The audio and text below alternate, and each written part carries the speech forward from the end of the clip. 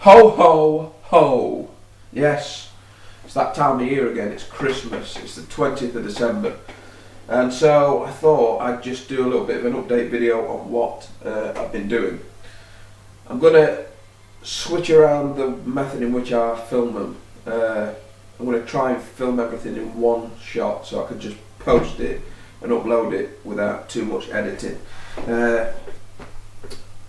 Did the Conker wood, got that bottled the stout, bottled the cider, filmed it all, and I was editing it together and piecing it together. It just wasn't working, and I was losing interest with it because obviously I'm busy. And I thought, this isn't what it's about. It's not about editing up a fancy piece of video. It's just about updating people on what's happening. So I'm going to do away with most of the editing. I'm not going to completely, but piecing bits of video and overlapping it and stuff like that. I'm going to try and sort of steer away from. So I did bottle the Conker wood. I have bottled the stout, and I brewed up another Midas Touch, which is the one I loved. That's been bottled almost a week now, so hopefully it'll be ready for Christmas. It'll be just shy of 2 weeks on Christmas Day, so it should be alright. But I tasted it straight out the fermentation bucket when I was bottling it, and it tasted brilliant. It was lovely. I don't know if I did any update on the last video on the brewing up the Midas Touch. I don't think I did. But I actually added extra dry malt to this to boost the alcohol, so it should be stronger than the last one. So I'm looking forward to seeing how that's going to taste in 2 weeks. So yeah, this is the haul for Christmas. This is sort of what we've got most of. I'll run through them. We've got the Christmas ale, the Donner and Blitz. That's matured really well. That's probably 2 months now bottled, and it's changing every time you try one. Try not to drink too many of them because I'm not going to have much left for Christmas Day or anything like that, but it's really has changed. I'd say if you're brewing that one up and you're drinking it after 2 weeks and you're not keen on it, just let it sit and just let it mature, and it mellows, and the flavours sort of infuse, and it becomes an enjoyable drink. Also bottled the Conker wood. Now the Conker wood, if you remember, is the one we brewed up and we dry hopped. We dry hopped with a pound of golden hops in a bag as it was fermented, and then when I was ready for racking it into the carboy, I just took the bag out. If you want to check that video out, have a look on the playlist, search for the Conker wood in the playlist, got it all there. I will be doing a taste test on the Conker wood. I'll be uploading that. I'll be doing a taste test on the Grandad Stout, which is a Cooper's Irish Stout, which I back sweetened with lactose, because we were trying to get that to taste like the Jubilee Stout that my granddad used to drink. So the Grandad Stout, again bottled that, I filmed it, but just too much editing. So, but I'll do a taste and a pour on that. The Pilsner is really coming into its own now. Fantastic. When you first open it, there's not much taste. After 2 weeks, it's very fresh, it's crisp, perfect carbonation to it, and it just tastes like a lager really. But this again has been bottled for about 3-4 weeks, probably longer, 5-6 weeks, and the mouthfeel has improved dramatically on it, and also the flavours are more complex. So it's a very, very refreshing light ale. You've got to do this one. This one's beautiful. This is probably my favourite. This and the Midas Touch, probably neck and neck. So I'll definitely be brewing up another one of these. But also, if you're starting out brewing, and you're concerned about your temperatures and maintaining a steady 22, 23, 24 degrees, and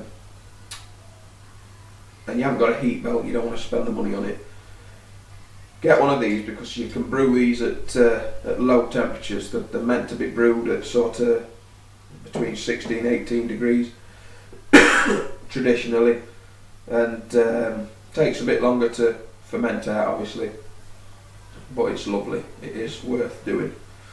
Also, we bottled the hard apple cider, which came out at 13.4%. A gallon of apple juice that's been pasteurised, and it's had no preservatives added to it. You get a gallon of that, and you add your sugars, your yeast nutrient, and you just let it do its thing. And in about 2 weeks of doing that, you've got hard apple cider.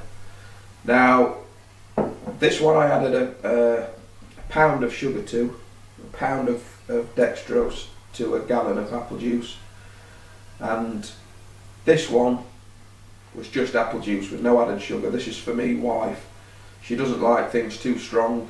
This came out on just the natural sugars that were in the apples, came out at 5%, so it's perfect, and she said she wanted it carbonated. So what I've done is I've sweetened it with lactose because it was very dry, very, very dry, almost like a champagne sort of dryness to it. And that's because the yeast had no problem converting the sugars, all the sugars, into alcohol. On this one that we added a pound of sugar to, it's dry, but it's got that hint of sweetness to it. So the yeast has obviously dropped out before it's managed to use all the sugar. So that's lovely. This was very dry. It was alright, very, very dry.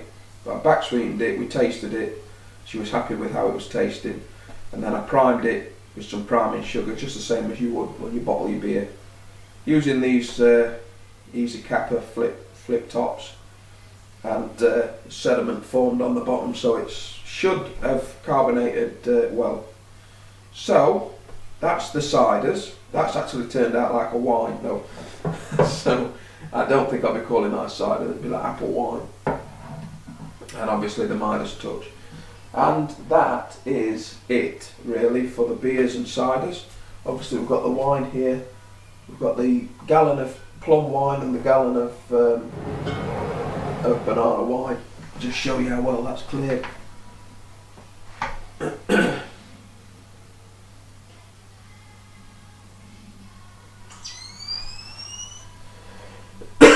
Don't know whether you can see that,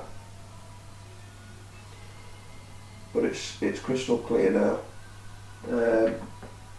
Like I said, when you brew this up, it's like a baby puree, like a grey banana puree, and it clears like that. Now the only thing I've added to this is a Captain tablet with some potassium sorbate, and that's it. The rest has just cleared itself naturally. The plum, however, is having a little more trouble to clear. I don't know whether you can see that. You can see the light now in it, and I'm in two minds whether to filter this. I don't know, unsure. But anyway, I've got some more flip bottles, so I shall be bottling them up a bit nearer the time, and that's it. I'll just show you quickly the beer that I've got.